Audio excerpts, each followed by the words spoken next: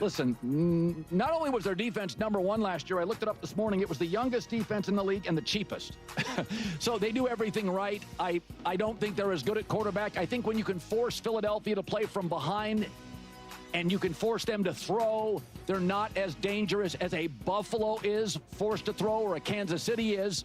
But again, they do everything well. They GM well, they quarterback well, their line plays incredible. Saquon Barkley has just been jet fuel to an uber-talented roster. So there is my herd hierarchy. A couple of teams. Yeah. The Philadelphia Eagles are interesting, especially if you look at them as being the youngest and cheapest defense, and yet they're the best defense. It's pretty remarkable. They were a defensive-led team, but in a different way. Usually when we talk about a defensive-led team, we're like, the defense is really the engine, and that's how they're winning their games. And that's not what happened with the Eagles. They were defensive-led in the way that their defense dictated how their offense was how they were going to call the offense and run the offense. Whether they had the lead or not. And that's what was so great about how the Eagles were able to do it, because the Eagles, if they needed to be in a traditional sense of the word now, offensively led, they obviously are more than capable of hanging points. We saw that again and again and again, not only throughout the season, but of course in the most important games.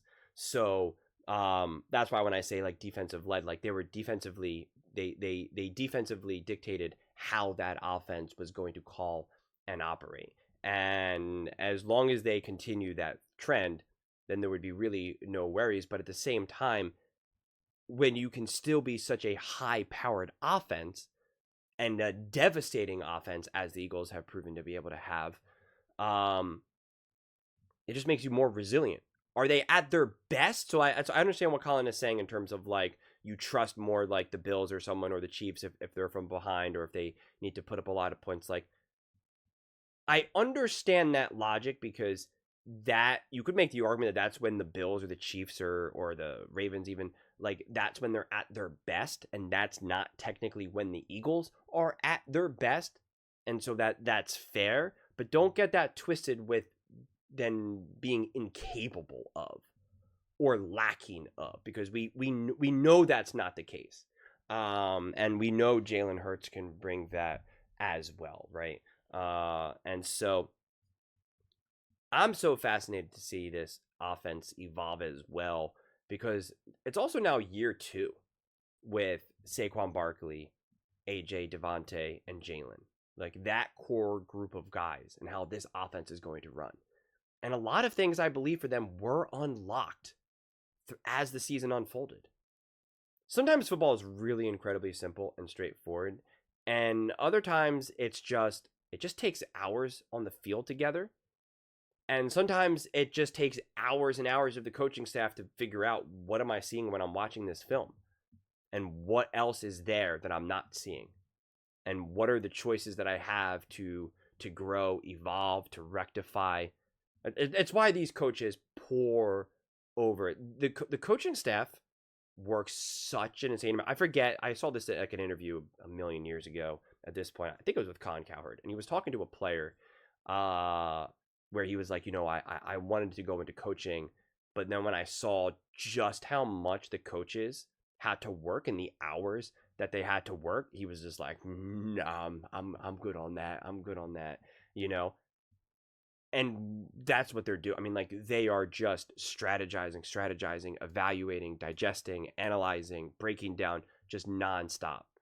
And so to think that you can just effortlessly do that and have all the answers figured out in year 1 with someone as much of a monster as Saquon, and even Jalen Hurts' skill set still continuing to evolve and grow as well, right? AJ and Devontae, they're prototypical. You know who they are. You can put them on any team, and although you have to see where they fit on each individual team and how they fit in relation to the other guys, but like you don't have to like really watch too much film and be like, how do I make AJ Brown work? Like it's not how it's going to work. But you do have to figure that out in terms of, how do I put AJ, Devontae, Saquon, Jalen, it's just because it's there's many options here. There's many other variables here. It's why I credit coaches a lot when you have players who get banged up and are in and out of the lineup, because to me, it just falls so much more on the shoulders of the coaching staff to figure it out rather than, say, like an individual quarterback.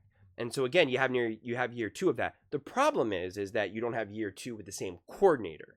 And so that is definitely a bummer. And I know there's continuity with elevating what was he, the passing, I think he was the passing game coordinator, I believe. Yeah, passing game coordinator with Kevin. You have some of that continuity, but it's still going to be a little bit different than as if it was Kellen Moore, which is why, as I said in my previous video, like that still is where my mind really looks towards and seeing what do you have there. But I in a way, as long as he was the right hire in terms of like he's clearly capable of doing it and understands how to call plays, having someone still within the building, I think, is extremely beneficial. I don't think it always is, but I think it can definitely serve a pretty strong purpose with this Eagles offense. And they already have an agenda with what they were trying to do offensively, the moves that they've made, the other receivers that they look to get, adding another monster of a running back. Like, they have a plan. Like, that's the beautiful thing. They have a plan. When you look at some of these other teams, you're like, what's the plan? What's the plan for the Baltimore Ravens offense to evolve and change? Tell me. What's the plan for the Buffalo Bills offense to evolve and change? The Dallas Cowboys. Oh, we got another receiver. Okay, how's it going to change? We got a new head coach. Okay, and what are you looking to do? You don't know, and I don't know either. None of us do. The Eagles still have their plan. They're looking to continue to elevate and fortify this offense. And you're going to have the trust in Fangio and that defense, even if it's not as maybe suffocating as it was, say, last season. But I mean, maybe it could be. Again, I got no idea. There's going to definitely be a fair amount of new pieces there. And, I don't know. So I'm certainly excited to find out. That's for sure. It makes sense that the Eagles are going to be number 1 right now. And it's funny because I made a Packers video with Micah Parsons obviously getting traded to the Packers. And of course, immediately you're going to think, like, what does this mean for the Eagles? Because they're the reigning Super Bowl champions. And I made a Packers video and I went through the list and I said, let's say we just look at what Colin is saying is accurate, where that the Packers are 9, and this was pre Micah Parsons. And I went through it. I'm like, you have the Rams, the Commanders, the Seahawks, and the Eagles. And I said, you add Micah to this team, it's going to make it more difficult now. And I said, it's going to be more difficult for Stafford. It's going to be more difficult for Jaden. It's going to be more difficult for, Sam Darnold. And it is going to be technically more difficult for Jalen Hurts. But this is what I find so fascinating. That Jalen Hurts has already proven to be able to go beyond that. He proved that in multiple Super Bowls even. But even just the very last game we saw that when the pressure got to Jalen Hurts, he was actually that quarterback that was able to consistently make the play that needed to play. And again, it was on the Super Bowl. So the very last game that we saw, where I'm just like, if you add Micah to this team, what does that do? And it's like, it definitely changes things and it definitely makes it harder, but it's not the difference between beating the Eagles and not. And that's an awesome place to be in. It could be the difference between beating Stafford and not. It could be the difference between beating the Commanders and not. It could be the difference between beating the Seahawks and not. But if the Eagles still have that great defense and they still have all their offensive weapons and O-line at their disposal, it's like, you have to ask, like, is it enough? Now, to be fair, I think the Packers had one of the best defensive stances against the Eagles in that playoff game. They were blanketed, and that's why I'm excited to see how this offense evolves. And even now, adding another running attack, what does that add? And what type of creativity do they have there? Or even just an extra heavy reliance of like, you know what? We don't care what anyone says. We are just going to keep running it and running it and running it and running it. Like, I'm fascinated by what options the Eagles have, because they have every option. If they need to be a team that has to throw the ball 40 times a game, they can do that. If they need to be a team where, like 40 times or 50 times that the Baltimore Ravens ran the ball against the Pittsburgh Steelers, like something outrageous in that wild card round. You know, like if they have to do that, they can do that, right? Like so.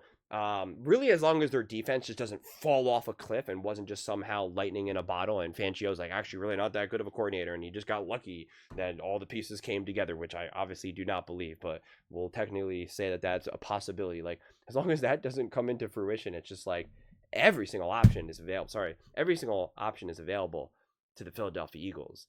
And as long as you have the coaching staff to tie it all together, and that's all it takes. So we made it. We made it. We got only a few more days, and it's week 1, and you're going up against the Dallas Cowboys without Micah Parsons. Pretty good. Pretty good. But those are just my thoughts. I'd absolutely love to hear yours. What do you guys all think about the Philadelphia Eagles being ranked first overall, according to Colin Cowherd's herd hierarchy?